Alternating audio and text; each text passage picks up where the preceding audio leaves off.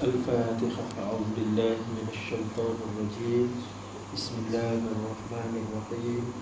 الحمد لله رب العالمين الرحمن الرحيم مالك يوم الدين إياك نعبد وإياك نستعين اهدنا الصراط المستقيم صراط الذين أنعمت عليهم غير المغضوب عليهم ولا الضالين آمين. بسم الله وبه نستعين ولا عدوان إلا على الظالمين. أشهد أن لا إله إلا الله ونشهد أن محمدا عبده ورسوله. اللهم صل على محمد وعلى آل محمد وبعد.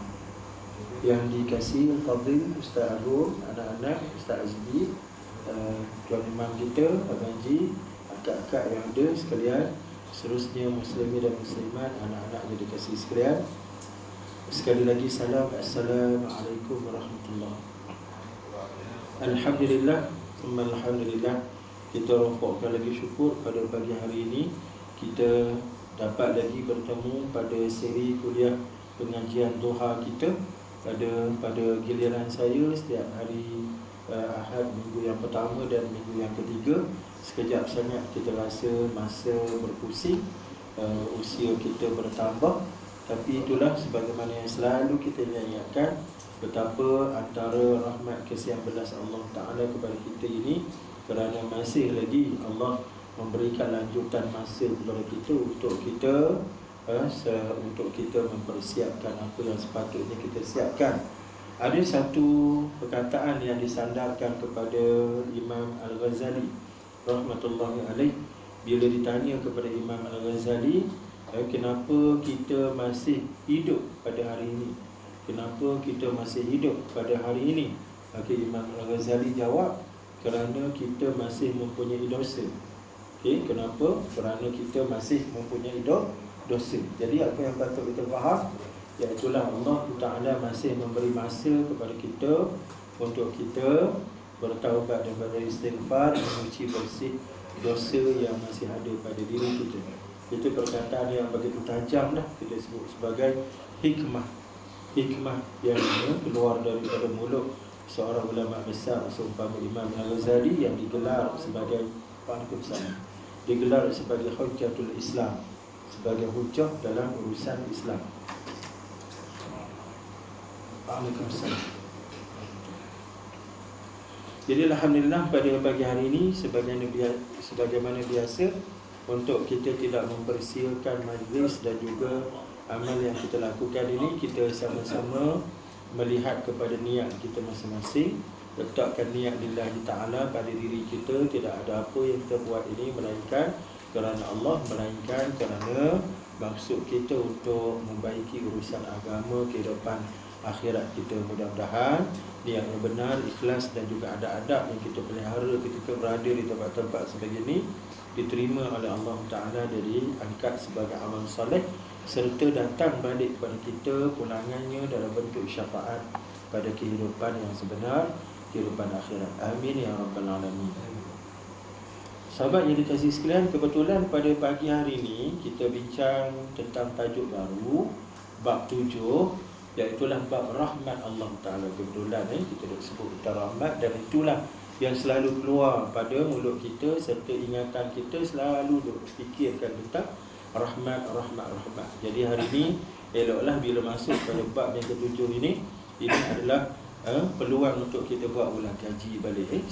Kita buat sistem semak dan imbang balik. Semak dan imbang balik, khususnya pada usia kita selepas pencen, tuan-tuan. Kita belajar pada ketika ini tidaklah sangat kerana kita nak tahu, kerana kebanyakannya kita sudah tahu. Kalau letak niat dan kefahaman kita nak tahu, kita akan jadi bosan lah.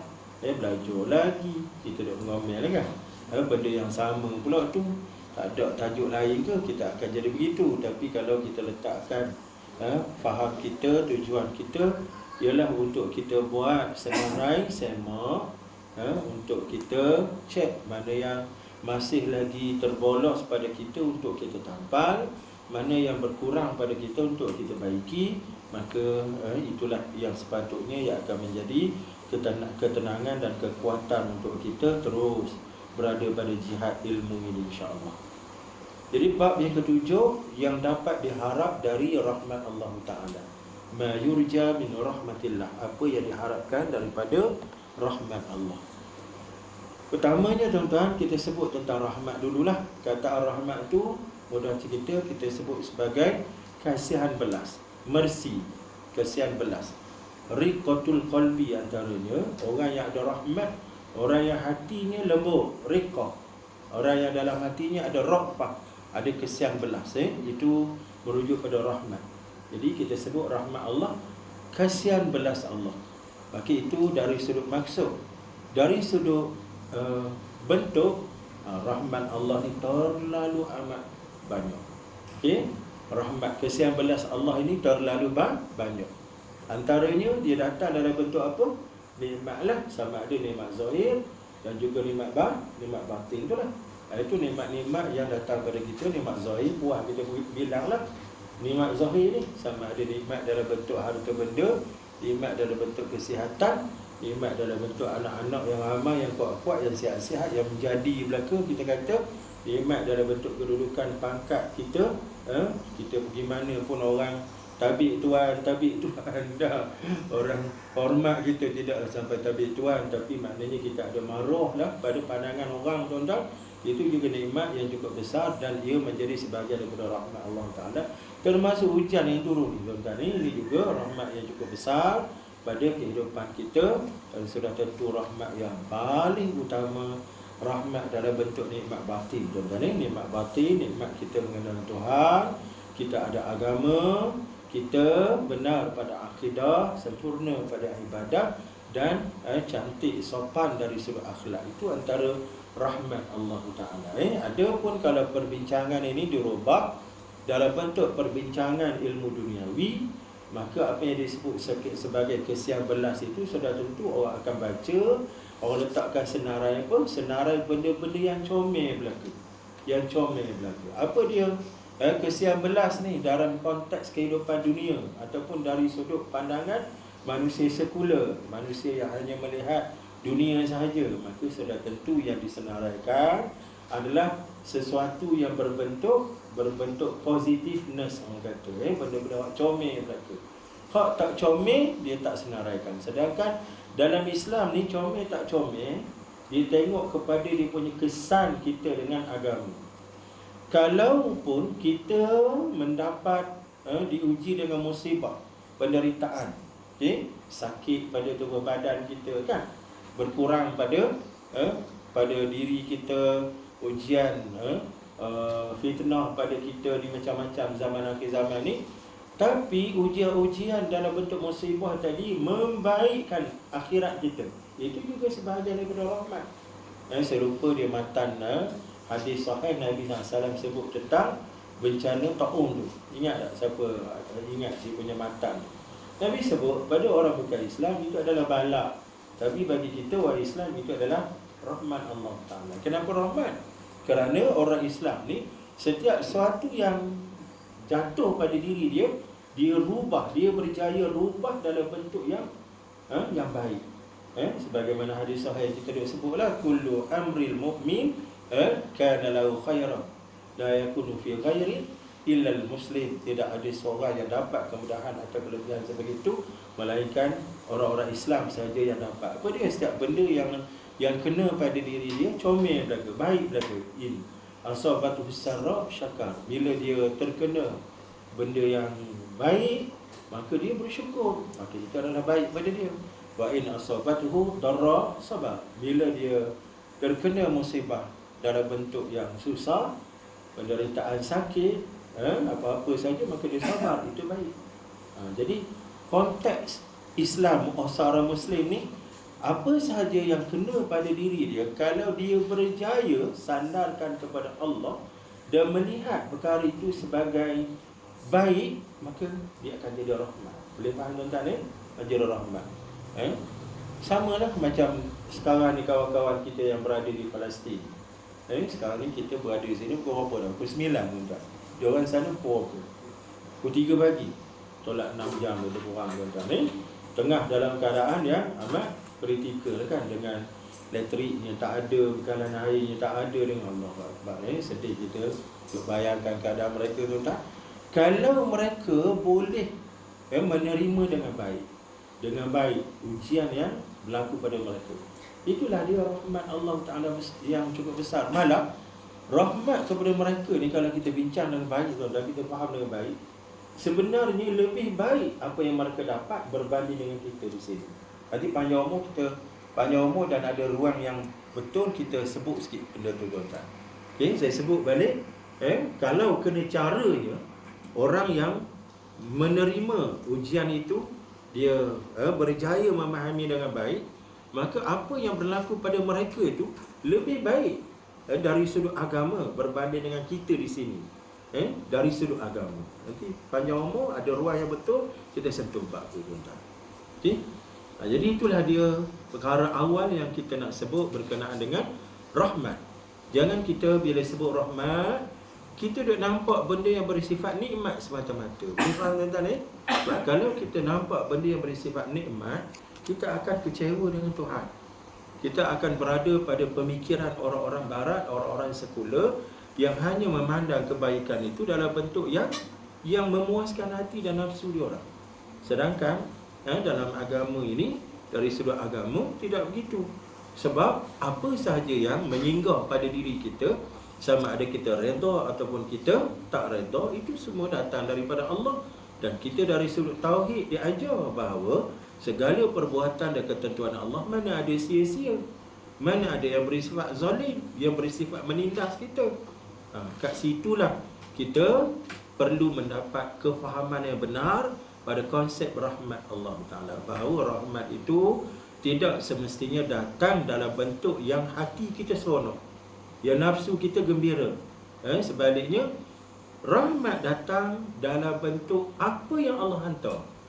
Cuma bagaimana kita nak tafsir, nak terjemah, nak faham, di situlah kekuatan ilmu kita dan kebenaran iman yang perlu ada pada diri kita, yang akhirnya boleh kita adapt, kita sesuaikan sebagaimana yang perlu kita sesuaikan mengikut kehendak Allah Ta'ala. Sebagaimana kata-kata tauhid daripada Sayyidina Ali, comel semua kata-kata tuan-tuan. Al-khair huwa ma waqa'a. Al-khair huwa ma waqa'a. Kebaikan itu adalah apa yang berlaku. Berlaku je. Kita orang Islam faham, datang daripada Allah, maka itu kebaikan. Sama ada kita setuju tak setuju, cerita lain. Kita jadi Jabariyah lah kalau begitu. Tidak, Jabariyah ni peluk tubuh. Jabariyah ni serah pada nasib. Kita memahami itu adalah kerja Tuhan, maka Tuhan suruh kita buat kerja pula. Allah dah datangkan kerja pada kita, ujian musibah, apa kerja kita kena buat? Carilah jalan untuk menyelesaikan satu-satu masalah. Itulah dia kehidupan, dan di situlah letaknya kasih sayang dan juga pembalasan yang setimpal pada apa yang kita lakukan. Boleh tuan-tuan, itu perkara awal sebelum kita masuk secara lebih dalam topik berkenaan dengan rahmat Allah Ta'ala ini. Kita sambung tuan-tuan pada kitab kita ni, surat 77, kitab besar ni, kitab biru ni. Imam Abu Lais As-Samarqandi rahmatullahi alaihi meriwayatkan dengan sanadnya dari Abi Hurairah radhiyallahu anhu berkata, saya mendengar Nabi SAW bersabda, saya telah mendengar Rasulullah SAW bersabda, ja'alallahu rahmata mi'ata juz'in fa'amsaka indahu 99 juz'a wa anzala ilal ardi juz'an wahida fabihi yatarahamul khalqu hatta innal farsa la tarfa'u hafiraha an waladiha khasyata an tusibah. Allah Ta'ala telah menjadikan rahmat dalam 100 bahagi, 100 bahagian. Maka ditahan padanya 99 dan diturunkan di bumi, dilepaskan ke bumi 1 bahagian. Maka dengan 1 bahagian itulah masing-masing makhluk berkasih sayang, sehingga kuda mengangkat kakinya kerana khawatir menginjak anaknya. Hadis ni kalau ada pen tuan-tuan, pensil letak dalam braket, muttafaqun alaih, hadis sahih, muttafaqun alaih. Cuba tengok tuan-tuan ni. Ini hadis yang cukup penting untuk kita fahami, untuk kita hayati, bagi kita mengenal dan memahami konsep kasih sayang Allah kepada kita. Allah Ta'ala telah mencipta 100 bahagi rahmat. Dalam matan hadis lain, yauma khalaqas samawati wal ard, pada hari Allah start mencipta langit dan bumi. Bila start dibuat saja makhluk Allah, maka serentak dengan adanya makhluk Allah, terus Allah sediakan rahmat. Okay? Sebab setiap makhluk ni perlukan kasih sayang Tuhan. Maka bila dibuat saja makhluk, terus dicipta, disediakan rahmat kasih sayang tadi. Maka rahmat Allah ini dibuat sampai 100 bahagi. Okay? Kemudian Allah simpan 99 rahmat, hanya seketul aja dilepaskan ke muka bumi. Okay? Maka dengan satu ni tuan-tuan, yatarahamul khalqu, setiap makhluk ada di muka bumi ni tuan-tuan, dengan satu rahmat itulah mereka berkasih sayang antara satu sama lain. Sehingga kan dibuat contoh di sini, seekor kuda betina ni sampai angkat kaki dia dak kerana takut terkena anak dia kat bawah telapak kaki dia. Khasyata an tusibah, kerana takut terpijak anak dia. Sampai begitu sekali. Sedangkan kita bila adalah gambar tu depan mata kita, kita perhati balik, perhati dengan pemerhatian, mencari ibrah, mencari pengajaran, bukan perhati dengan sekadar dengan lendir mata kita saja, tapi perhati untuk mencari ibrah, mencari pengajaran. Orang panggil tadabbur. Maka bila kita tadabburkan pemandangan itu, seekor ibu kuda angkat kaki dak kerana ada anak di bawah, waktu tu kita terfikirkan macam mana benda Allah ni boleh faham itu anak dia. Kan dia ni menatang, dah sebut menatang tu kasar sikit lah, menatang bagi cerah mata. Hujan-hujan sejuk ni kan, kan dia tu menatang. Macam mana dia ni macam ada otak, orang panggil tak, ada otak. Itulah dia sebahagian daripada rahmat Allah.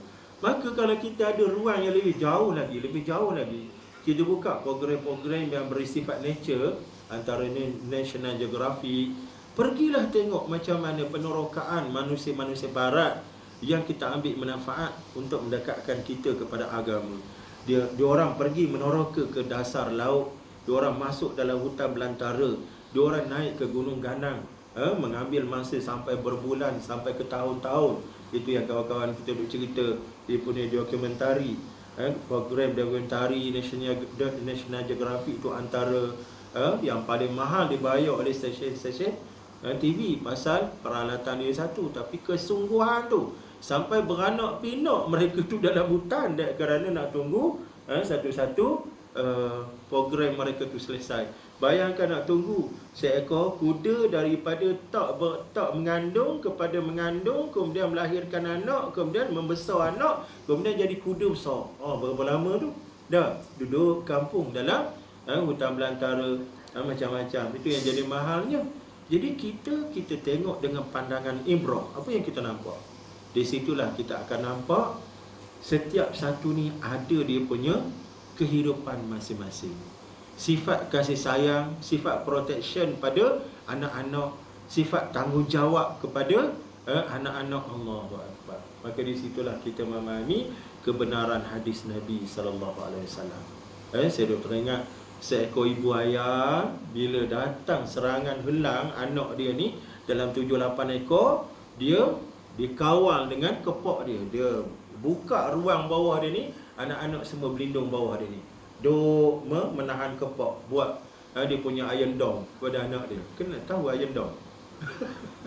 Pak Israel tu guna sekarang ni lah Yahudi nak tahan dia punya serangan Palestin, Hamas tuan-tuan. Dia buatkan pertahanan untuk anak dia. Lang sampai kecewa lang. Kemudian hujan pula dalam senario yang lain. Hujan lebat. Ibu ni tengah duk jaga anak-anak, tiba-tiba hujan, zat dia mengepokkan tubuh dia. Anak berlindung kat bawah. Ya Rabbi. Kemudian macam mana ular datang, nak gonggong mangsa ni, ibu pula duk iah bertarung tuan-tuan. Ada kerih keluar kerih, ada pedang keluar pedang masa tu. Jadi kita tengok situasi tu, ya Allah. Sekali lagi kita kata menatang ni. Bukan manusia. Allahu Akbar. Seekor beruk tuan-tuan, beruk. Anak kucing kehilangan ibu. Dia tarik anak kucing tu, dia letak kat tubuh dia. Dia belai, dia duduk kendong macam ibu kita duduk kendong kita. Allahu Akbar. Itulah nak kata rahmat. Rasanya pernah kita sebut tuan-tuan ikan awana tu kan. Ikan awana. Bila awana betina, beranak, bertelur, apa yang berlaku pada telur tu tuan-tuan? Disedut oleh awana jantan. Oh, kita pun tengok tuan-tuan, bukan main kita maki kat jantan. Itulah kerja orang jantan. Tak kira anak sendiri pun bedal juga, dia kata. Macam-macam kita ingat ke betul lah tu. Rupa-rupanya dak, dia simpan dalam mulut tuan-tuan. Berapa lama tu? Lebih kurang dalam sebulan dia simpan. Tak buka mulut makan. Akak baru tahu pengorbanan jantan rupanya. Dia berkata jantan. Baru tahu pengorbanan suami, baru tahu. Tak buka mulut kalau 30 hari. Diam mulut. Pasal apa? Nak jaga telur dalam mulut jangan sampai rosak. Bila sampai masa dia buka mulut melepas, anak sekor. Siapa yang buat benyanda tu? Itulah dia Allah Ta'ala tuan-tuan. Kemudian satu hak saya teringat sangat-sangat tuan-tuan, saya simpan YouTube tu. Berlaku penggambaran ni dia ambil di sebelah Afrika. Saya fikir tuan-tuan sebab tengok situasi dia. Macam mana anak kijang melompat masuk dalam sungai, nak seberang ke sana. Budak kecil tak tahu bahaya tuan-tuan, nak main di jalan raya, kereta lalu lalang, dia melompat ke jalan raya. Anak kijang terjun dalam sungai. Sungai tu pula penuh dengan buaya. Buaya pun lagi tuan-tuan, kibas. Nak dapatkan anak ni. Apa yang berlaku pada mak kat atas? Mak terjun tuan-tuan antara buaya dengan anak. Mak dia terjun. Dia biarkan tubuh dia dirata oleh buaya ni kerana nak menyelamatkan anak dia sampai ke seberang. Satu lagi yang saya teringat, seekor ibu pelanduk. Tubuh dia dijilat oleh rimau bintang tuan-tuan, 3-4 ekor. Jilat, ada yang duk pegang kepala, ada yang bahagian ekor, ada yang bahagian perut. Sambil mata dia memandang tajam ke arah satu arah. Kemudian dia punya jurugambar tu dia buat sedikit ulasan kat bawah. Ibu pelanduk merenung ke arah anak memastikan anak selamat. Allah. Apa maksud dia? Dia sanggup berkorban untuk anak dia hidup, walaupun tubuh badan dia jadi mangsa. Ini sebahagian daripada rahmat yang Allah Ta'ala datangkan satu tadi untuk dikongsi habis. Sehingga kan haiwan binatang hidupan dalam hutan belantara, dalam perut tanah, dalam laut dan dalam, semua berkongsi dengan satu rahmat itu. Boleh faham tuan-tuan ni? Inilah dia Allah Ta'ala, penjaga alam semesta. Abu Lais As-Samarqandi meriwayatkan dengan sanadnya dari Al-Hasan. Al-Hasan di sini maksudnya Hasanul Basri, berkata Rasulullah sallallahu alaihi wasallam bersabda, sesungguhnya Allah mempunyai 100 rahmat. Diturunkan ke bumi hanya satu rahmat untuk penduduk dunia. Tu tuan-tuan, kalau rajin tengok pula macam mana tumbuh-tumbuhan. Kita akan tengok tumbuh-tumbuhan yang sama sifatnya. Walaupun namanya tumbuhan, tapi ada reaksi protection antara satu sama lain. Ada tumbuhan yang melindungi tumbuhan bawah untuk hidup dengan dia, menutup ruang-ruang bahaya. Kita kata menutup tumbuhan-tumbuhan kecil daripada terkena panas matahari, pada bahaya-bahaya yang lain. Kita tengok kehidupan sesama tumbuhan pun ada dia punya ruang rahmat di situ. Saya tak reti nak sebut apa jenis pokok tu yang sifatnya melindungi pokok yang lain. Ada hubungan simbiosis, tolong menolong. Diturunkan ke bumi hanya satu rahmat untuk penduduk dunia. maka mencukupi sehingga hampir habis ajal mereka. Jadi yang satu rahmat diturunkan itulah yang berada pada diri kita sampai umur kita 70 tahun pun, start daripada hari pertama kita lahir sampai hari terakhir kita nak tinggal dunia ni, maka umur kita 70 tahun tu kita hidup dengan rahmat satu yang dibahagi-bahagikan sama kita. Maknanya besarnya rahmat tu tuan-tuan, hingga habis ajal mereka, dan Allah akan mencabut itu rahmat yang satu, mencabut rahmat yang satu itu pada hari kiamat untuk digenapkan pada yang 99, untuk diberikannya kepada para wali dan ahli taat kepadanya. Apa yang berlaku? Bila sampai hari kiamat, satu rahmat yang dilepaskan di muka bumi ni dipanggil balik oleh Allah Ta'ala. Dipanggil balik, kemudian digabungkan balik dengan 99 hak disimpan. Jadi berapa? Jadi 100. Kembali 100. Maka yang 100 itulah diberi pula kepada kita. Siapa kita ni? Ahli rahmat. Siapa yang berhak untuk rahmat? Orang yang beriman kepada Allah. Tuan-tuan nampak tak? Kalaulah di dunia ni satu saja rahmat dilepaskan, kemudian yang mengambil faedah bukan setakat manusia. Hari ni manusia 8 bilion. Jin juga. Jin kalau ikut ukuran mudah, satu manusia 9 jin. 90 manusia malaikat.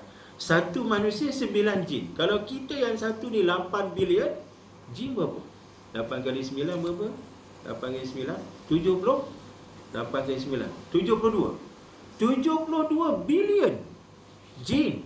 Kemudian malaikat pula sekarang ni berkongsi satu rahmat. Tak kira lagi binatang. Tepuk daya kan. Kalau ambil kira binatang, ambil kira tumbuh-tumbuhan pula. Nak ceritanya Masya Allah dahsyatnya satu rahmat tu. Maka kita sudah ada, kita kata apa, jaminan rezeki. Kita bincang rahmat dari sudut rezeki lah. Mudah kita nak faham kan. Dari sudut rezeki, sudah terjamin rezeki kita. Start daripada kita lahir sampai ke kita mati, rezeki kita dah ada. Itu kalau kita bincang rahmat dari sudut rezeki. Ini kan pula bila satu yang dilepaskan di bumi ditarik balik, kemudian dipindah, dicampur dengan 99, kemudian Allah bagi kepada orang yang berhak sahaja. Siapa yang berhak? Iaitulah orang-orang mukmin. Menerusi sifat Rahim Allah Ta'ala. Boleh faham ya? Di dunia ni Rahman, ya Allah di akhirat Rahim. Maka dengan sifat Rahim, 100 rahmat itu diberikan kepada kita. Ahli-ahli syurga, amin ya Rabbal Alamin. Agak-agak setara mana bahagian masing-masing?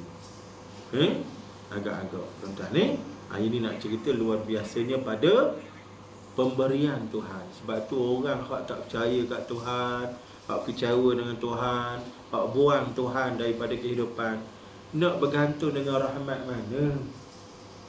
Rahmat mana dia nak cari besok? Sedangkan kehidupan kita pada setiap saat, mana boleh kita terlepas daripada kesian belas Allah Ta'ala. Bila mati, lagi-lagilah kita bergantung kepada rahmat kesian belas orang, kesian belas Allah Ta'ala. Boleh faham tuan-tuan ni? Hadis yang kedua ni hadis sahih. Letak dalam bracket tuan-tuan, hadis sahih.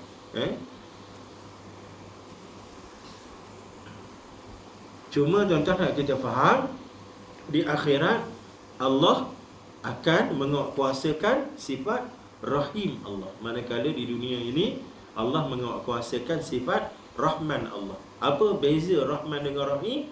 Rahman untuk semua makhluk. Tak kira kamu ni lawan Tuhan ke, maki Tuhan ke, menentang Tuhan siang malam ke, malah kita nampak mereka itulah lebih banyak dapat rahmat kesian belas Allah banding dengan kita. Dengan arti kata mereka ni lebih kuat daripada kita orang Islam, lebih berkuasa, lebih kaya, lebih macam-macam dalam konteks dunia. Itu nak cerita Rahman Allah Ta'ala. Tapi di akhirat Rahim Allah lah yang akan dikuatkuasakan, dengan arti kata hanya mereka yang layak menerima kesian belas Allah, iaitulah mereka yang ada syarat beriman kepada Allah saja yang dapat, tuan-tuan ni, yang dapat. Sehingga kan akhir ada orang yang hanya ada la ilaha illallah sebesar ujung kuku, akhirnya akan dikeluarkan daripada syurga, daripada neraka untuk dipindah masuk ke dalam syurga. Itu sebahagian daripada gambaran rahim Allah yang cukup dahsyat, luar biasa. Dari sudut lain tuan-tuan, dari sudut lain, ada ahli ulama kita duk teliti kepada Rahman dan Rahim ini.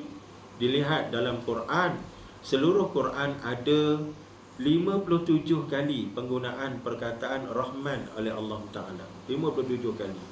Kemudian bila diteliti perkataan Ar-Rahim, ada 114 kali. 114 kali. Sekali ganda daripada Rahim. Seolah-olah membayangkan tuan-tuan, di akhirat gandaan itu akan berlaku kepada orang-orang mukmin, akan mendapat rahmat, kelebihan kasih sayang tadi di akhirat lebih berganda berbanding dengan Rahman yang kadang-kadang kita dengki tengok. Orang-orang kafir ni, kenapa mereka ni dapat begitu begini, kita tak dapat pula. Sedangkan kita ni lagi banyak ketaatan kita pada Allah, lagi banyak semayang kita, ibadah kita, tapi kita tak dapat. Kadang-kadang kita pun adalah juga lepas-lepas kan, duk lepas kecewa kita. Kenapalah duk main tanya kenapa. Orang suruh datang mengajar, belajar tak nak belajar. Duk menanya kenapa. Pergi belajar lah, baru jumpa jawapan kenapa tu.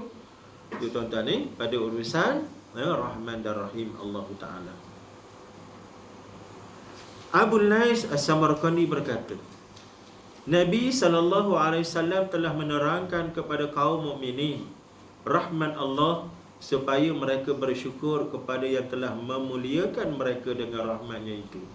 Dan rahmat amal soleh, sebab siapa yang mengharapkan rahmat Allah harus beramal mengikuti petunjuknya untuk mencapai rahmatnya.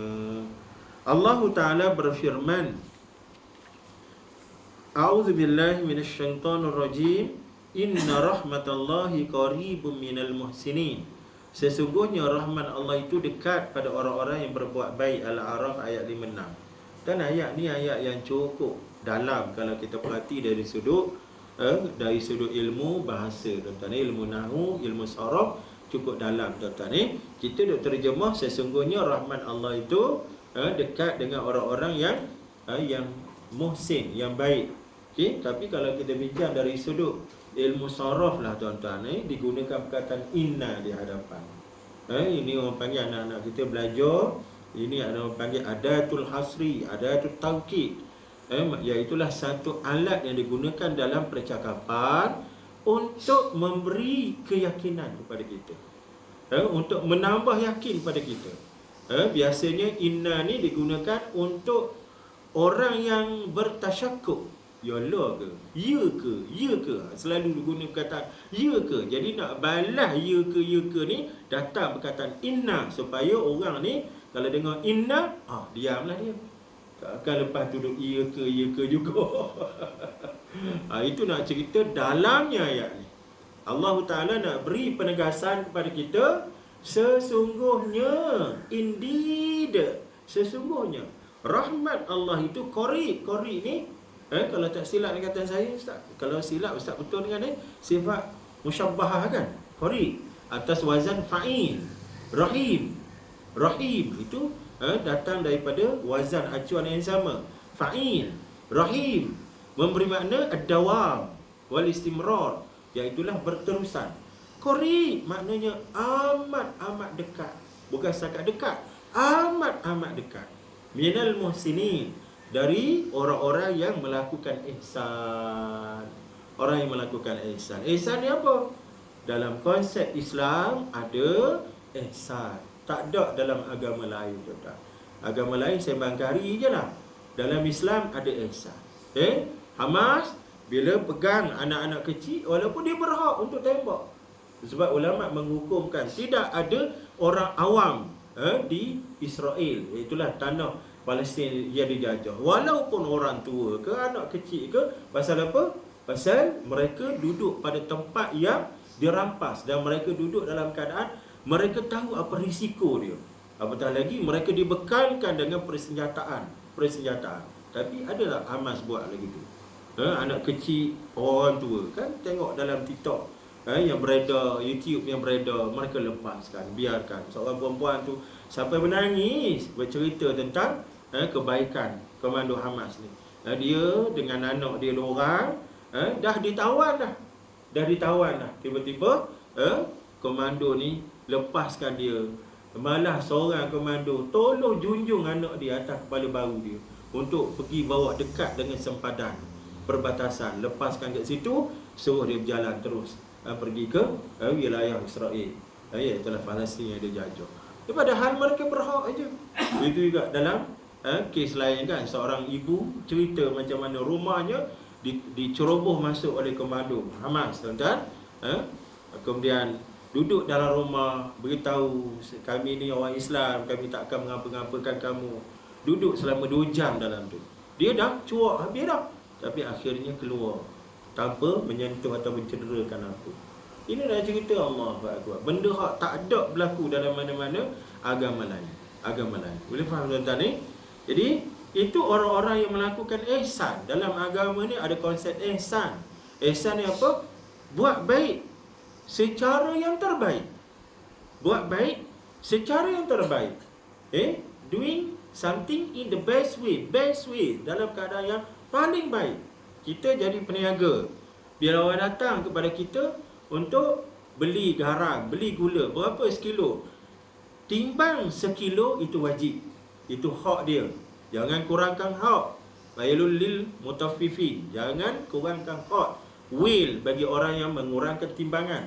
Jadi wajib sekilo sebab dia nak sekilo. Tapi orang yang ada ihsan, dia bukan bagi sekilo, dia bagi lebih. Lebih berapa? 5 kilo. Tepuk dahi, tokek. Kat mana nak untung ni? Nak cerita ni, buat baik, bagi tambahan lebih. Tengoklah lebih tu setara mana ikut awak punya kekuatan. Tapi itulah dia ihsan. Innallaha katabal ihsan ala kulli syai'. Nabi SAW sebut kan hadis sahih. Allah telah menulis. Menulis tu maknanya telah menjadikan sebagai prinsip, tak boleh terlepas lagi dah. Ihsan ni mesti ada pada setiap benda. Contoh kat sini tuan-tuan. Macam mana kita nak tafsir ihsan ketika kuliah kita berjalan ni? Apa dia tuan-tuan? Tuan-tuan nak sebut macam mana ihsan?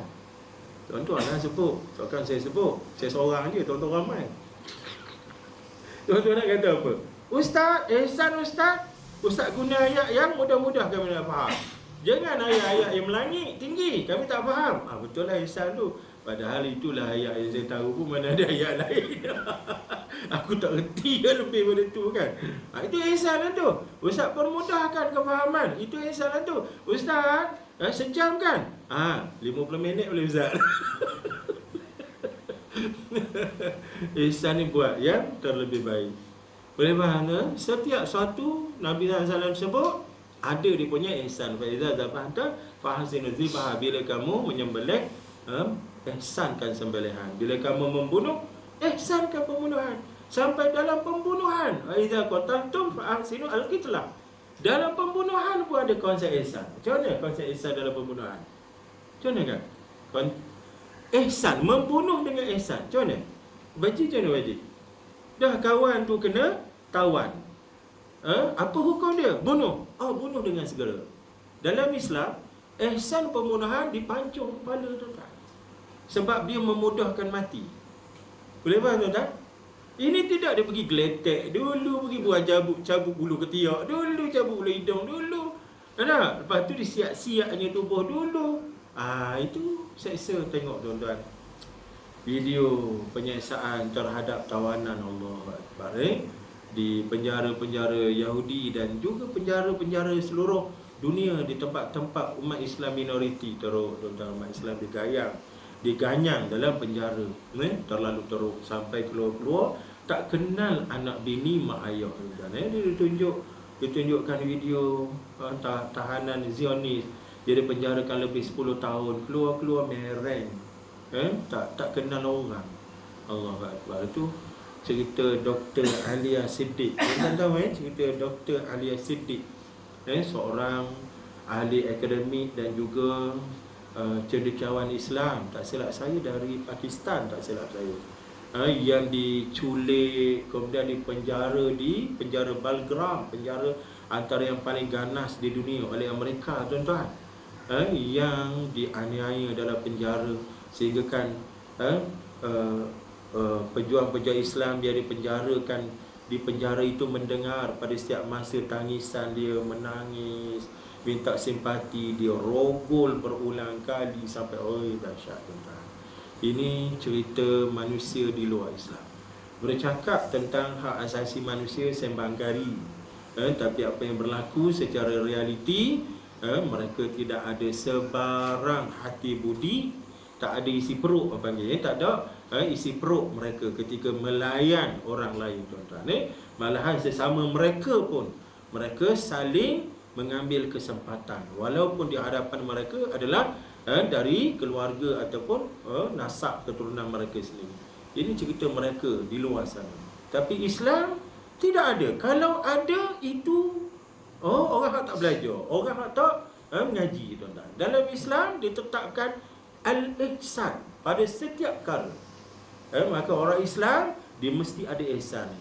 Cuma kita sebut tadilah, kalau tak mengaji macam mana kita nak faham tentang kawasan ihsan ni? Sedangkan di sana ada satu jaminan yang cukup besar yang Allah Ta'ala sediakan, bahawa rahmat Allah itu amat dekat dan berkekalan kepada orang yang ada ihsan dalam diri. Boleh faham, tuan?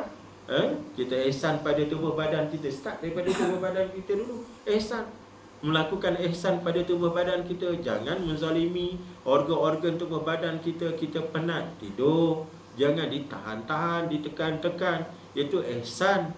Ihsan pada mata, telinga, pada lidah, tangan, kaki. Ihsan pada diri kita. Kemudian ihsan pula kepada anak, suami, isteri kita, mak ayah kita, duduk dalam keluarga. Itu pelaksanaan ihsan, tuan-tuan.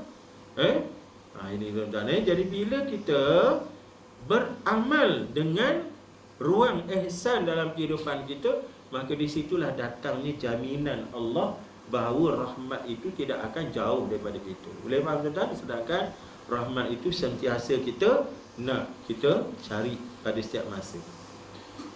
Tuan-tuan, kalau kita bincang sikit lagi dalam konteks saudara-saudara kita di Gaza sekarang ni, memang sehari dua ni kalau bercakap tak menyebut Gaza rasa macam dosa besar gitu ni, tuan-tuan. Pasal apa? Sebab mereka sedang menunggu mati. Betul-betul keadaan yang begitu kritikal. Sebelum ni begitu dah pun. Cuma sekarang ni lagi-lagilah utama, dan kerana situasi perang, dan juga dan kerana berita-berita, gambar-gambar tu setiap saat minit sampai kepada kita. Jadi kalau masih juga tak terasa apa-apa, memang beratlah. Ibarat kata seorang sahabat kata, minta daripada Allah ganti hati baru. Minta kepada Allah supaya ganti hati baru, kerana hati kita dah rosak. Tuan-tuan ni. Jadi kalau kita bincang dari sudut ilmu rahmat, kita tadi bincang bagaimana rahmat Allah kepada kita datang, kasih belas Allah. Kalau kita rujuk pada situasi di Gaza, penduduk-penduduk Gaza, lebih khusus lagi sebenarnya Gaza ni, tuan-tuan, 2.3 juta orang ni, kat mana rahmat Allah datang kepada mereka? Dia datang. Haji Hussein nampak tak? Boleh tak bincang, kita bincang sikit? Okey? Kita sedang bincang tentang rahmat Allah. Mana konsep rahmat yang Allah bagi kepada mereka dalam kehidupan di Gaza sekarang? Di Gaza. Dia di Palestin ni, tuan-tuan, dia hanya ada dua tanah saja yang dikuasai oleh orang Islam. Yang pertama semenanjung Gaza, yang kedua tebing barat. Tebing barat tu gerakan Fatah yang jadi kuasa politik pemerintah di sana. Mahmud Abbas dia punya presiden kan. Kemudian di sebelah semenanjung Gaza ni itu Hamas, dikuasai, diketuai oleh Ismail Haniyeh, tuan-tuan. Sebelum ni Khalid Mashal. Jadi dua bentuk pemerintah ni agak berbeza. Okey. Kawan-kawan kita dia sebut begini je nak bagi faham cikgu yang Fatah tu macam UMNO dia kata. Yang sebelah Gaza ni macam PAS dia kata. Sebab begitu mudah orang faham, tuan-tuan. Memang Hamas ni adalah pecahan daripada Ikhwanul Muslimin, tuan-tuan. Ikhwanul Muslimin, pemikiran Ikhwan yang akhirnya menegakkan Hamas pada tahun 1987 dulu. Tuan-tuan, itu saja. Yang lain ni semua dikuasai oleh Yahudi, Zionis. Sedangkan semua tu adalah Palestin sebelum tahun 1948. Okey, semua tu Palestin, tapi makin lama makin kecil, makin lama makin teruk dihenyak. Setiap kali berlaku perang, mereka akan kehilangan wilayah. Start tahun 1948 perang, lepas tu 1963 perang, 67 perang besar-besar ni lah. 1973 perang besar-besar. Okey, sehingga mereka kehilangan banyak wilayah. Sebenarnya Gaza tuan-tuan lebih kurang besar separuh negeri Perlis. Separuh dia negeri Perlis. Negeri Perlis berapa ramai rakyat tuan-tuan? Ustaz tak tanya awal tidak, kami standby awal lagi jawapan. Itu untung duduk ke depan. 286,000 bancaan tahun 2020, 286,000 adalah belakang tu. Payah nak ingat ke depan ni. 286,000 orang. Itu negeri Perlis. Gaza separuh dia berapa orang duduk? 2.3 juta. 2.3 juta. Berapa kali lipat tu? Itu nak cerita teruknya situasi di Gaza. Okey, tapi situasi itu ada juga dia punya itulah nak kata rahmatnya bila dia sebut dibincang tentang rahmat. Dalam derita tu mesti ada kebaikan juga terselit. Antaranya dari sudut positifnya, pihak musuh nak laksanakan serangan darat tu, itu yang duk acah banyak kali tak jadi, acah banyak kali tak jadi tuan-tuan. Sebab kepadatan penduduk tu dari satu sudut dia memberi kebaikan dan juga kelebihan kepada Hamas. Dengan ramainya orang tu mereka berlindung di bangunan-bangunan yang berceracak tu, jadi menyukarkan gerakan untuk menghabiskan penduduk tu dia buat dengan cepat dan mudah. Sebab dia punya kesesakan yang ada tu. Itu dari satu sudut lah positifnya kat situ tuan-tuan. Lepas tu duk acah macam-macam tu, duk gertak macam-macam. Jadi kat mana tuan-tuan sudut rahmat yang Allah Ta'ala datangkan kepada Gaza? Kita ada rahmat situ tuan-tuan. Orang panggil jahimud dunia, neraka dunia. Okey? Tang mana tuan-tuan? Cuba ada pandangan silakan. Kita nak bincang. Tang mana baiknya kasih sayang Allah pada mereka? Sebab kita dah nampak sekarang ni, nampak macam mereka ni Allah teruknya. Jadi kita cuba bincang dari sudut rahmat. Sebab sedang bincang persepsi rahmat. Cuba kita lihat. Ada tuan-tuan nak bagi pandangan? Sila, Abang Haji, Jumat, Cikgu nak sebut, Mam ada nak sebut rahmat penduduk Gaza ni kat mana tuan-tuan? Rahmatnya tuan-tuan, nak cerita tuan-tuan, sebenarnya mereka lebih dekat dengan Tuhan banding dengan kita. Itu rahmat besar. Sedangkan urusan kehidupan kita bukan kehidupan dunia. Urusan kehidupan yang sebenar adalah kehidupan akhirat. Bal aisyu ilal aishul akhirah. Jadi dari sudut akhirat, mana lebih baik? Kehidupan mereka, kehidupan kita. Kehidupan mereka lebih baik. Cuma jangan pula ambil kataan ni, kalau macam tu kita perangkanlah negara ni supaya jadi baik macam dia orang. Jangan begitu pula tuan-tuan. Cari pasal juga. Orang tutup kelas ni, musolah Syifa ni. Dah lah hospital Syifa sana kena pukul hari. Ni musolah Syifa pula kena lepas ni. Dari sudut agama, mereka lebih baik daripada kita. Kenapa tuan-tuan? Kerana mereka lebih bersedia untuk mati berbanding dengan kita. Mereka lebih bersedia untuk mati berbanding dengan kita. Tuan-tuan keluar rumah tadi, rasa tak kita keluar takkan kembali? Ada tak rasa macam tu? Pergi tak kembali, ada tak rasa? Ya Allah Ustaz, jangan tanya Ustaz. Penat nak jawab. Ada tak kita rasa macam tu? Tak pernah kita rasa. Kalau kita rasa kita pergi tak kembali, nescaya nak keluar rumah tadi, Allah Akbar, kita tengok anak-anak habis. Kita kucuk, dia cukup-cukup. Kita tinggal wasiat. Betul-betul. Balong, mari sini balong. Nanti habis, kalau habis tak balik, balong tolong Tolong apa? Tolong buat air. Tolong bukan buat air, tolong jaga anak-anak, adik-adik ni. Kita akan tinggalkan wasiat. Kita akan pastikan tak ada hutang kita dengan orang. Tak ada hutang. Sebab kita tahu kita pergi tak kembali. Itu situasi orang yang berada dalam zon perang sebenarnya. Mereka di sana, bila mereka nak keluar rumah, seorang bapa dia akan tinggal pesan siap-siap pada anak-anak. Ada satu TikTok tu dia sebut, saya tak berani nak keluar rumah, sebab kalau saya keluar rumah, saya tak pasti saya boleh balik ke tidak. Ini zon perang. Zon perang. Jadi oleh kerana itu mereka sentiasa dekat dengan Tuhan. Kecuali mana hak jauh tu jauh juga tuan-tuan. Biasalah tu ramai-ramai adalah seorang dua. Hak nakal-nakalnya ada seorang tu dia lepas geram.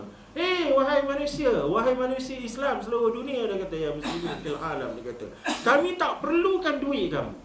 Kami malah tak perlukan doa kamu. Wah, kita dengar pun dah meremang. Awak duit aku tak nak. Doa kita pun tak nak. Dia nak lepas geram tuan-tuan. Yang kami tunggu kamu bersolidariti, kamu segera bertindak, datang ramai-ramai untuk bantu kami. Alamak, sampai begitu tuan-tuan, lepas geram, tension, tekanan, tuan-tuan. Sampai begitu. Jadi itu situasi mereka di sana. Oleh kerana datangnya ujian dalam bentuk bahaya yang 24 jam sentiasa mengintai mereka, akhirnya mereka cukup bersedia untuk mati. Pada masa yang sama, kita kat sini tuan-tuan, kita sedia tak mati? Kita kebanyakannya lalai tuan-tuan. Ghaflah. Terlalu ramai yang ghaflah. Boleh faham tuan-tuan?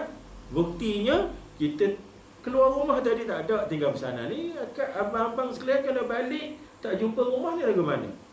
Anak kat rumah ni lagu mana? Dah tahu dah apa nak buat? Mana? Minta maaf lah. Duit KWSP kita pun tak pindah lagi, tak letak lagi. Siapa nak waris kita depan ni?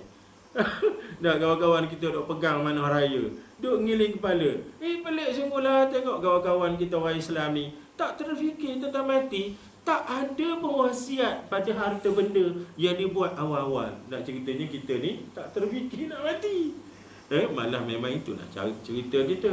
Jangan cakap mati-mati ni ustaz. Jadi hilang selera nak makan. Ada seorang haji tu, dia nak masuk mesyuarat tuan-tuan, siap-siap lagi dia beritahu, mati-mati jangan sebut dia kata. Rupanya dalam mesyuarat tu nak menipu. Mesyuarat pasal tanah, nak menipu rupanya. Baru kita tahu. Tengok, dia berani nak menipu apabila dalam kepala dia tak ingat tentang mati. Kalau dia ingat tentang mati dia berani nak menipu. Tak berani. Itu cari pasal manusia ni. Okey, itulah beza kita dengan dia orang. Sebab tu dari sudut rahmat, hak sebenar-benarnya, mereka sebenarnya lebih besar rahmat banding dengan kita di sini.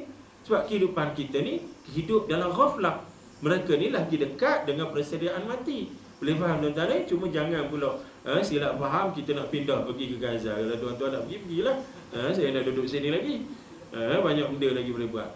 Satu, yang kedua tuan-tuan, dari sudut realiti. Dari sudut realiti kita tuan-tuan, di sini kita lagi mudah terdedah dengan mati banding dengan mereka di sana.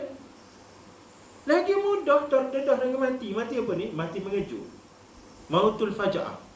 Saya selalu buat perbandingan ni. Saya ambil apa yang berlaku pada hujung tahun 2008. Disember 2008 sampai Januari 2009. Selama 23 hari berlaku serangan Zionis yang cukup kejam terhadap Gaza ketika itu tuan-tuan. Siang malam pagi petang, 23 hari, 3 minggu. Mereka meranapkan Gaza dengan bom phosphorus.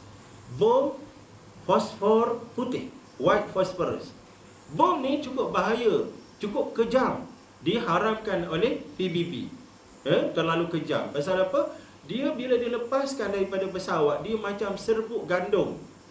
Dia pecah, dia akan bertebaran. Bila dia punya zat kimia dia tu bergeser dengan udara ni, dengan anak-anak kita belajar sains, dengan zarah-zarah atom udara, dia akan berapi, dia akan terbakar. Maka kebakaran tu akan berterusan selagi mana zat kimia dia masih ada. Lagi mana tak habis, lagi itulah api tu menyala. Maka apa yang berlaku? Jatuh pada besi cair, jatuh pada tubuh sampai ke tulang. Dia merenyuk sampai ke tulang tuan-tuan. Ada di antara kes mangsa yang terbakar dibawa, dikendong untuk pergi ke hospital. Daging sekeping-sekeping jatuh tuan-tuan dalam keadaan terbakar. Ini bom yang terlalu kejam, diharamkan oleh United Nations. Katanya 2-3 hari lepas, katanya white phosphorus ni dah mula digunakan oleh Yahudi. Sekarang ni tuan-tuan. Jadi itu adalah peristiwa tragedi yang cukup menyayatkan hati. Ini berlaku pada hujung tahun 2008 dan awal tahun 2009. Tuan-tuan, kita kat sini, kita buat ceramah, buat forum, buat majlis-majlis peringatan sembahyang hajat merata tempat. Kemudian kita buat kutipan derma, tuan-tuan. Berapa banyak derma-derma yang kita kumpulkan. Kemudian kita siap naikkan stiker, letak pada kereta, pada kenderaan kita, stop the genocide, our heart with you, or our brother in Gaza. Macam-macam, tuan-tuan. Stop the mass massacre, macam-macam, tuan-tuan, kita buat. Tapi tuan-tuan, pada tragedi yang menyayatkan hati itu, sekitar 2,000 orang yang mati.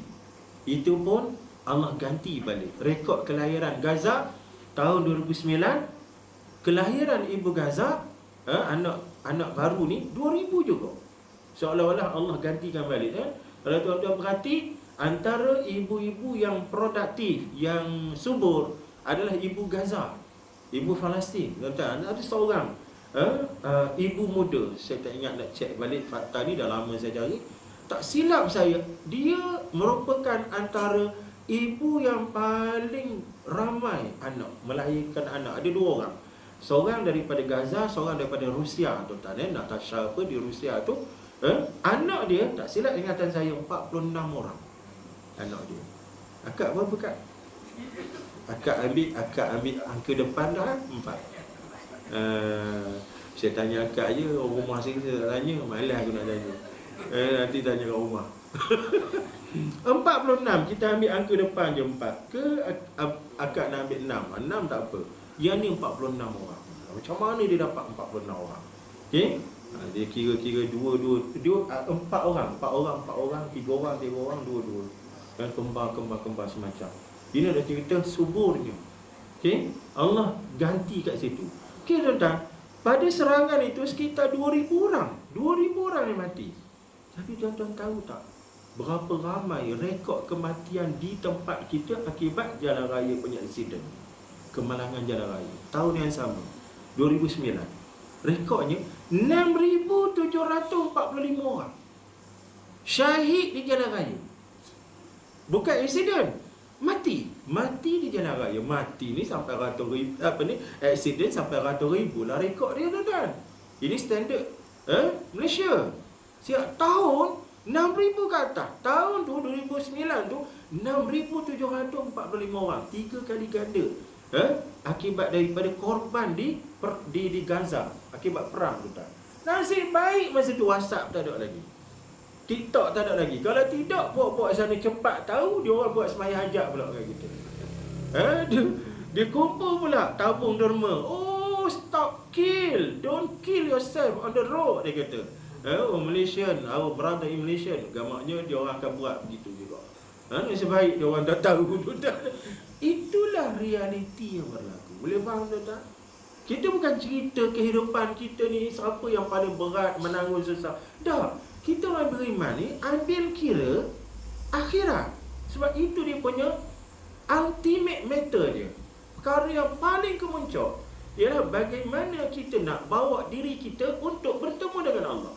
Apakah pada husnul khatimah atau husnul khatimah? Ini nak dapat husnul khatimah, apa keperluan? Kalau kita sampai ke seberang besok, kita baru sedar husnul khatimah itu boleh dicapai dengan kita duduk dalam tembakan musuh 24 jam, dalam serangan musuh 24 jam, dalam keadaan kelaparan, kebuluran, sampai kita ni membayangkan kiamat berlaku. Dan tu juga, nescaya ketika itu kita mengharapkan untuk hidup secara itu. Pasal apa? Sebab waktu itu kita sudah mati.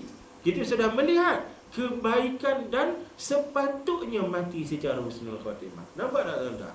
Sebab itu, apa yang mereka ada, kita pun ada. Mereka ada apa? Mereka ada agama. Kita pun ada agama. Agama pada diri kita diwakilkan oleh Quran, hadis, oleh alim ulama. Kita pun ada. Kita ada Quran, kita ada himpunan hadis, Sahih Bukhari, Muslim, semua ada. Dalam Almari-almari semua ada. Kemudian kita ada barisan ulama, satu ulama pun ada berada tempat, tuan-tuan. Okey? Kita ada masjid, mereka pun ada masjid. Masjid kita lagi banyak daripada mereka, tuan-tuan. Tapi apa yang kita tak ada? Apa yang membezakan kita dengan mereka? Bezanya ialah mereka lebih dekat dengan urusan akhirat berbanding kita. Kenapa, tuan-tuan? Kerana rupanya kita ni diuji dengan kemewahan. Dan ujian kemewahan lagi bahaya daripada ujian penderitaan, sebagaimana yang kita faham zon perang tadi. Nampak tak, tuan-tuan? Selalu kawan-kawan kita buat contoh begini, tuan-tuan. Dia buat contoh begini. Monyet duk panjat pokok. Tengah duk panjat, tuan-tuan, tiba-tiba datang ribut taufan. Jatuh tak monyet? Faham kita tak jatuh. Lagi kuat angin datang, lagi kuat dia pegang, dia peluk batang, tuan-tuan. Lagi kuat. Akhirnya badai kuat tu berganti dengan bayu. Apa jadi pada monyet? Terlepas, jatuh ke bawah. Macam mana dia boleh jatuh, kan? Dengan kelembutan angin. Bayu yang lembut meniup pada telinga sampai dia menguap-nguap, sampai dia mengantuk. Waktulah tangan tu terlepas daripada pelukan pada batang pokok. Akhirnya berdebok jatuh. Nak sembelih pun tak lepas. Monyet. Tapi bila angin kuat datang, dia tak jatuh kat air. Jatuh sekali dengan pokok dia tumbang. Pokok tumbang dengan monyet-monyet jatuh. Nak ceritanya, itulah akak-akak sekalian, gambaran. Belum tentu apa yang kita nampak sebagai penderitaan itu tak comel. Sebab tu dalam Al-Baqarah bila Allah kata, ya ayyuhallazina amanu kutiba alaikumul alqital wa huwa kurhun lakum. Diwajibkan, dicatat pada kamu ibadah qital, peperangan, jihad. Wa huwa kurhun lakum. Tak ada orang tak suka. Itu benci pada kamu, kamu tak benci. Wa asa an takrahu syai'an wa huwa khairul lakum. Kemudian Allah sambung, barangkali benda yang kamu tak suka itu yang baik pada kamu. Sebaliknya benda yang kamu suka tak baik pada kamu. Di mana ukuran baik tak baik? Ukuran baik tak baik pada akhirat, keselamatan akhirat. Allahu akbar. Dan sebab tu bila kita tengok apa yang berlaku di Gaza, betul mereka sedang menderita sebegitu dahsyat, tuan-tuan. Mereka berada di ambang kematian. Tapi sebenarnya ujian mereka adalah ujian kita. Ujian mereka adalah ujian kita. Pada masa yang sama kita melihat betapa kita ni berbeza dengan mereka kerana kita berada pada kelalaian yang cukup dalam.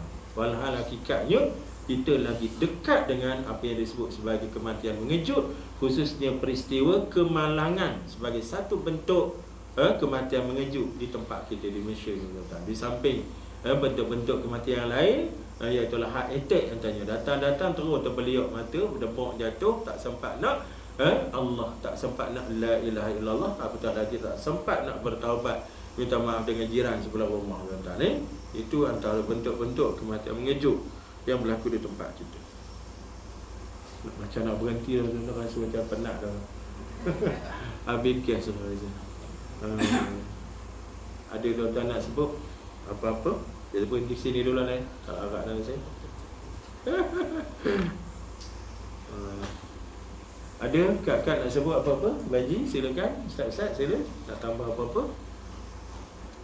Yusuf, ada apa-apa? Haji, nak tambah apa-apa? Silakan, Haji. Tambah sikit. Kita sentuh Gaza sikit. Adakah itu di tanah yang berkah daripada zaman Allah?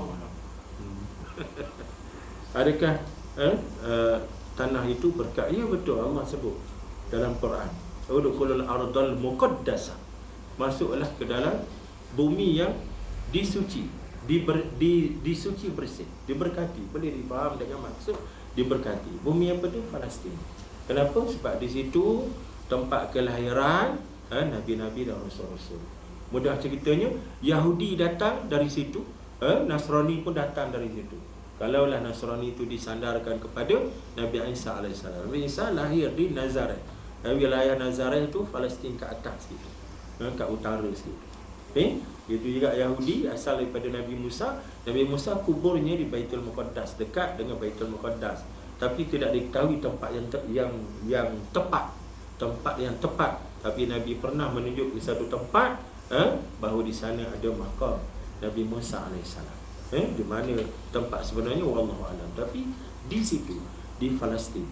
Jadi itu al-ardul muqaddasah. Sebab itu 3 agama penting, Islam, Kristian dan juga Nasrani, berebut tempat tu. Berebut tempat tu. Dan kita faham Islam lah. Yahudi dan Nasrani ni sebut saja Yahudi, sebut saja Nasrani, Kristian, sebenarnya mereka adalah Islam. Mereka adalah Islam. Tetapi sudah diselewengkan sehingga jadi apa yang berlaku sekarang. Sebenarnya itu adalah ajaran Islam. Bila sebut Islam, itulah dia bumi yang diberkati, yang disucikan oleh Allah Ta'ala. Lepas tu sampai hari ni antara hujah orang Yahudi, Zionis ni, mereka kata Palestin tu adalah hak mereka, hak milik mereka. The promised land, bumi yang dijanjikan Allah kepada mereka. Betul dalam Quran Allah sebut menerusi perkataan Nabi Musa itu, masuklah ke bumi yang disucikan tadi yang telah dijanjikan Allah kepada kamu. Al-ardul muqaddasah allati kataballahu lakum. Jadi mereka mendakwa bahawa Palestin itu hak mereka. Allah dah janji untuk mereka. Ulama-ulama kita jawab, Syekh Abdul Fattah Al-Khalidi daripada Jordan, dia jawab tuan-tuan bahawa ia dimaksudkan bumi dijanjikan kepada mereka, syaratnya mereka ni adalah Muslim. Sekarang mereka bukan lagi Muslim. Yang Muslim sebenar adalah kita yang pegang laluan Al-Quran Nabi SAW. Adapun mereka sudah rosak, ajaran sesat. Sebab itu mereka sudah terlepas hak untuk memiliki Palestin. Dari sudut teori konspirasi tuan-tuan, banyaklah benda tuan-tuan. Teori konspirasi mengatakan bahawa siapa nak menguasai dunia, dia mesti pegang Palestin, dia mesti pegang Baitul Muqaddas. Teori konspirasi. Malah kita semua tahu tempat itu adalah tempat kejadian terakhir akan berlaku, Dajjal mati dibunuh. Itu tempat itu juga di Babul Lud. Babul Lud ni hari ni berada pada airport Ben Gurion tu tuan-tuan. Airport tu betul-betul berada di tempat tu. Babul Lud, dalam hadis Nabi menyebut Dajjal akan mati dibunuh oleh Nabi Isa di situ. Tuan-tuan. Jadi Yahudi percaya bahawa pada tapak Masjid Al-Aqsa itu ada kuil Haikal Sulaiman, Nabi Allah Sulaiman alaihissalam. Itu antara dakwaan mereka, dan mereka berusaha untuk meruntuhkan Masjid Al-Aqsa untuk dibangunkan balik Haikal Sulaiman. Dan di bawah itu mereka percaya ada disimpan kitab yang mengandungi rahsia dunia, tuan-tuan. Macam-macam lah kalau ikut teori konspirasi ni, tuan-tuan. Yang pentingnya kita faham Palestin adalah bumi yang menjadi tumpuan 3 agama utama, Islam, Kristian dan juga Yahudi. Boleh faham tuan-tuan? Kita faham dalam konflik Islam dengan Yahudi ni, tuan-tuan, yang ambil kesempatannya adalah Nasrani. Mereka ambil kesempatan sungguh, tuan-tuan. Tukar tepuk tangan, tukar bagi semangat supaya Yahudi dengan Islam ni berperang. Mereka dapat laba untung dia, tuan-tuan. Sebab apa?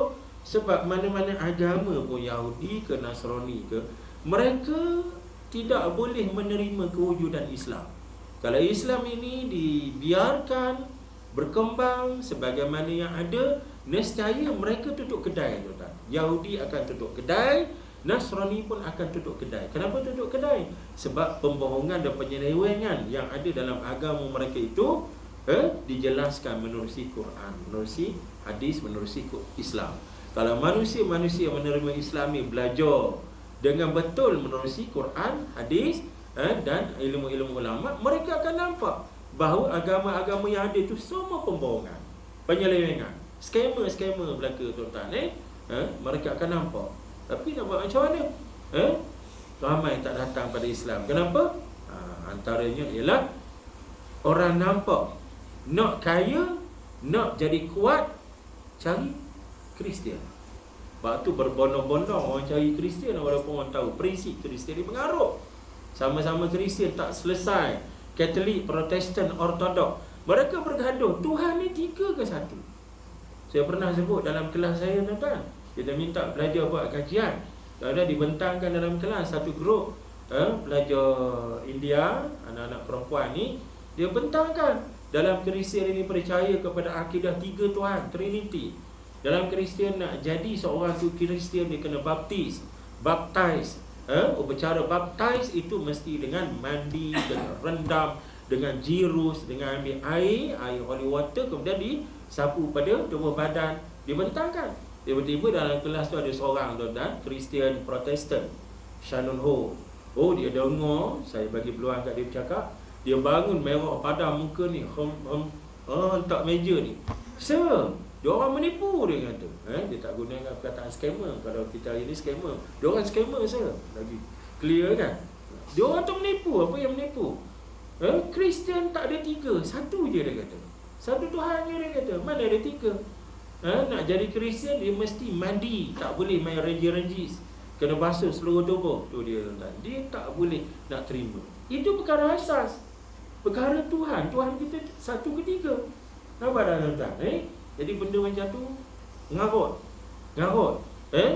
Kita yang Nabi Adam yang buat salah makan buah kuldi ikut pemikiran Kristian. Yang berdosa kita semua. Yang kena tebus dosa Nabi Isa, Jesus Christ. Jesus Christ diturunkan oleh Tuhan Bapa ke muka bumi untuk dibunuh, kerana dengan pembunuhan Jesus Christ, darah yang jatuh itu membatal dan mengkafarahkan semua dosa warisan. Siapa yang berdosa? Kita semua. Bila masa kita buat salah, tu Adam kita dulu buat salah, tepuk dahi tu tak ada. Haji Mat makan nasi, tu imam kita kenyang, cikgu pula pergi masuk tandas. Lagu mana? Nampak tak? Jadi benda-benda mengarut macam ni. Tapi nampak macam mana? Dah dia orang ni kaya. Nak maju kena ikut barat. Sampai orang Islam pun penimpala tak? Ikut acuan barat baru kita maju. Bagaimana acuan barat itu? Tinggal agama. Sekularisme. Barat dia maju kerana dia tinggal agama. Kristian dia letakkan dalam gereja. Paderi-paderinya silentkan, di stop mulut, jangan bercakap lebih daripada ibadah-ibadah dalam gereja. Akhirnya mereka berjaya mengembangkan tamadun sampai ke hari ini kita pula berada pada zaman gelap sebagaimana mereka dulu. Apa dah tuan-tuan? Dan pemikiran sekularisme inilah yang dibawa masuk ke dalam negara-negara khususnya umat Islam serentak dengan penjajahan. Dengan penjajahan dibawa sekali pemikiran sekularisme. Render what belong to the God, what belong to the king, serahkan apa yang menjadi hak raja kepada raja, yang jadi hak Tuhan kepada Tuhan. Jangan campurkan. Apa yang macam tu sekali tuan-tuan? Ada tuan-tuan ni jauh. Sebab tu tuan-tuan jangan tanya soalan setengah jam. Gurau ya tuan-tuan. Ada Haji nak sebut? Ada Haji nak sebut apa-apa? Tak ada. Bang, ada nak sebut apa-apa? Tak ada. Sekadarnya lah. Tanya setengah jam lagi. Jangan tanya, cadangan je. Macam mana Haji? Madinah sebagai? Yang tu saya tak ada point kat situ. Selamat saya. Sekadarnya lah. Macam mana Yahudi mendakwa Madinah sebagai tempat asal? Asalan dia. Allah, saya tak dapat yang tu. Saya ada kitab ensiklopedia Yahudi, tapi tak habis lagi. Nanti kalau saya jumpa poin tu, saya bawa balik ni. Klaim dia orang pada Madinah sebagai tempat asalan dia orang. Allah Alam. Kalau nak kira, mereka ni datang daripada keturunan Nabi Yaqub alaihissalam dari puak Yahuda. Anak-anak Nabi Yaqub ni disebut Bani Israel. Cuma macam kita sebut tadilah, kita baca dalam sirah, Nabi Yaqub ni bertempat di Palestin. Ustaz, betul kisah Nabi Yusuf alaihissalam di Palestin. Tiba-tiba dia claim Madinah. Kok adalah benda-benda silap mata di dunia tuan-tuan. Wallahualam. Nanti kalau jumpa poin tu, saya insya-Allah saya angkat balik isu tu insya-Allah. Sekarang je lah tuan-tuan. Kita akhirkan dengan tasbih kafarah dan surah wal asri. Subhanakallahumma wa bihamdika asyhadu an la ilaha illa anta astaghfiruka wa atubu ilaik. Bismillahirrahmanirrahim. Wal 'asri innal insana lafi khusr illa alladhina amanu wa 'amilus solihati wa tawassaw bil haqq wa tawassaw bis sabr. Assalamualaikum warahmatullahi